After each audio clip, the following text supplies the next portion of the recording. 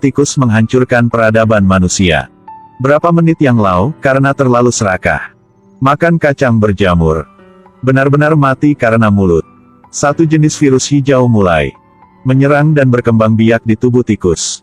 Dapat melihat bahwa semua organ tikus terinfeksi.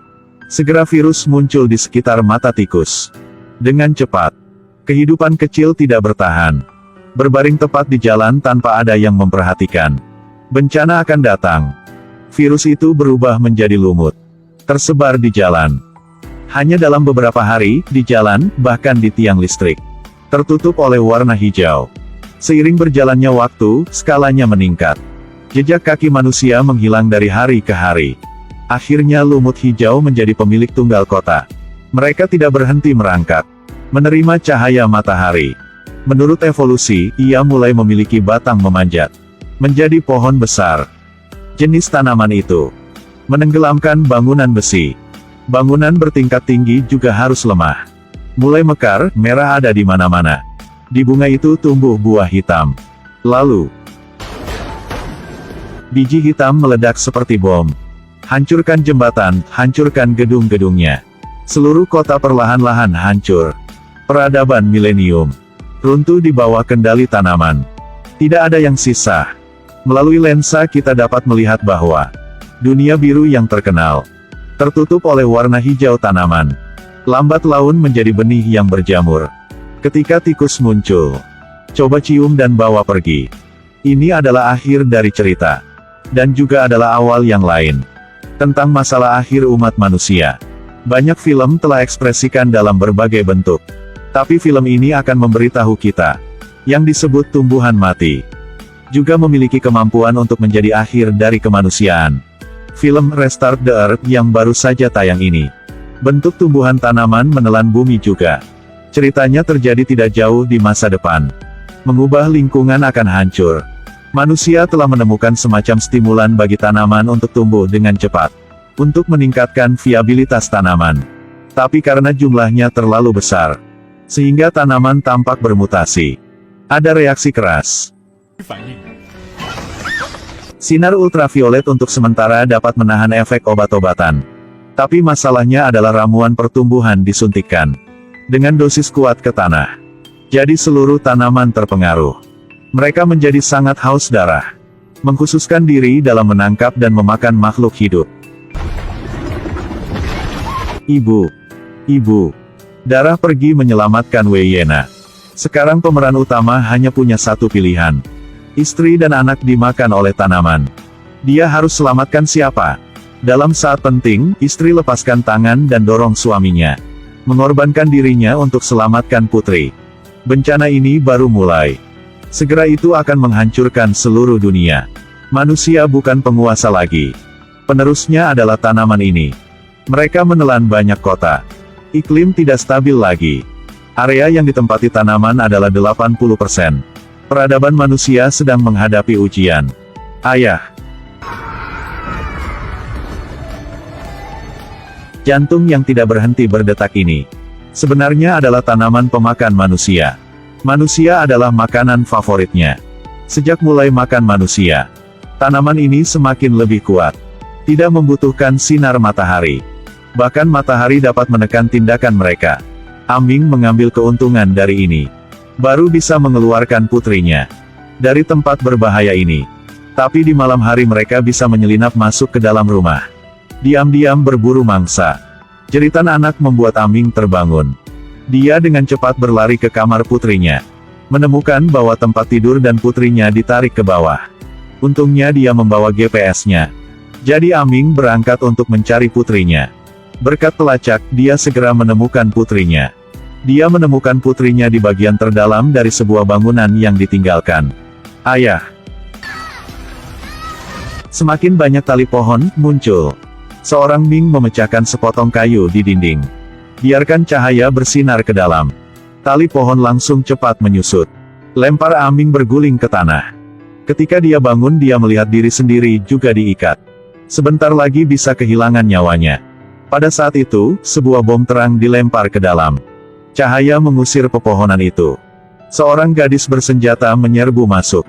Tebasan dengan pisau memotong batang pohon menjadi dua. Dan selamatkan Aming. Selanjutnya ada tim pasukan datang. Mengangkat senjatanya dan dengan marah menembak ke arah pepohonan. Ming diselamatkan dan mengetahui bahwa sekarang seluruh kota perlahan-lahan hancur. Lebih menakutkan karena hanya 2 hari lagi benih bunga akan meledakkan bumi. Maka semua manusia akan hilang. Misi mereka adalah bawa zat N11. Baru ditemukan oleh para ahli. Tersembunyi di dalam tanah, lokasinya telah ditentukan. Jika berhasil disuntikkan, mampu mengontrol pertumbuhan tanaman. Dan bumi akan kembali normal. Saat mereka berbicara, kemudian ada seekor ular raksasa yang berevolusi dari tanaman. Merangkak perlahan ke situ. Ular tidak bisa melihat, tapi bisa merasakan gerakannya. Gadis kecil itu dengan hati-hati mundur, tapi masih menyentuh rak barang. Ular itu ingin membuka mulut untuk menelannya. Untungnya, seorang prajurit muncul. Tembak ularnya. Tapi dia sendiri yang tertangkap. Untuk dapat membantu rekan tim melarikan diri, dia keluarkan 1 bom. Dengan ular pergi ke neraka. Rekan setim sangat sedih. Tapi tetap harus menjalankan misi. Mereka mengundang Aming, seorang spesialis mesin. Menggantikan rekan mereka yang baru saja meninggal. Tetapi Aming sudah menolak. Dia tidak ingin menjadi pelawan. Karena dia hanya ingin menjadi ayah yang baik untuk anak dia. Tidak dia dianggap pengecut oleh orang lain. Jika bumi hancur, apa gunanya melindungi anaknya? Aming tidak berpikir begitu. Dia membawa putrinya ke tempat perlindungan di depan mata semua orang yang mencemooh. Tapi sekarang putrinya telah berdiri. Ayah, aku ingin menyelamatkan dunia. Jika ayah tidak cepat, ayah akan tertinggal. Setelah mendengarkan putrinya, dia menyadari segalanya. Jadi mereka berangkat pindah ke lokasi berikutnya. Tapi kemudian burung-burung di langit terbang kemana-mana. Tanah mulai retak. Gedungnya ambruk.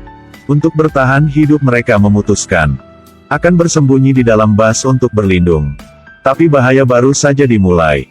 Rimpang raksasa telah menyeberangi laut bergegas ke situ.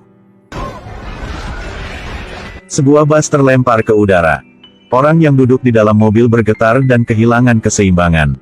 Mobil mulai berguling. Selanjutnya adalah rangsangan. Akan menabrak.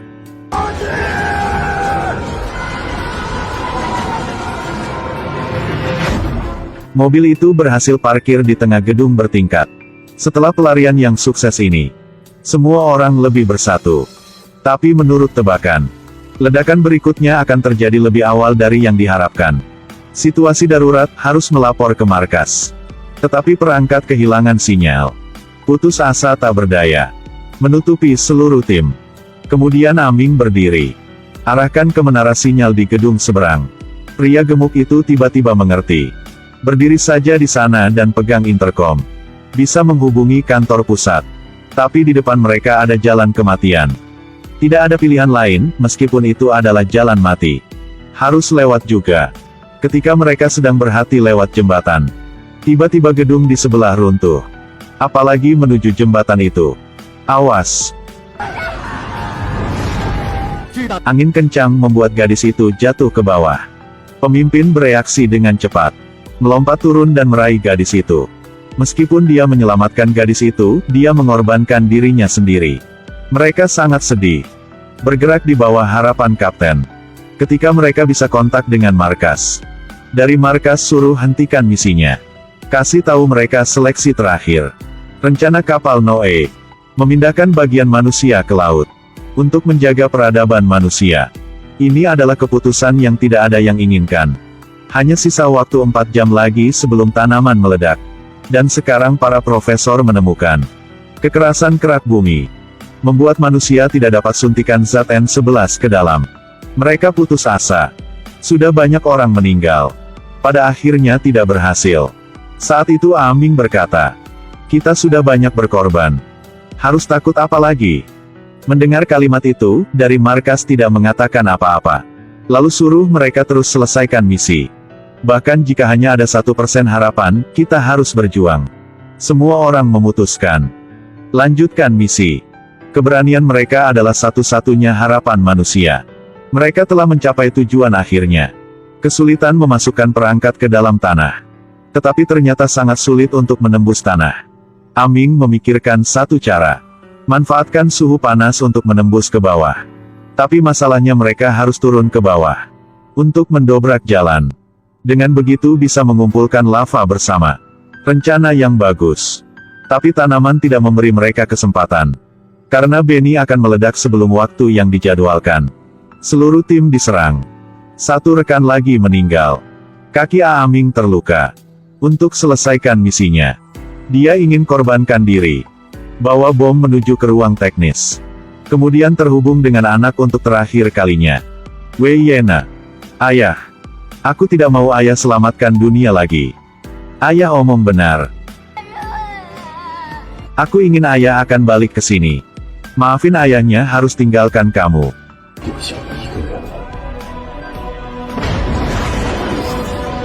Judul film adalah Restart the Earth. Meskipun efek atau cerita filmnya semua menunjukkan perawatan teliti, film ini memiliki satu peringatan. Tindakan yang bertentangan dengan hukum alam.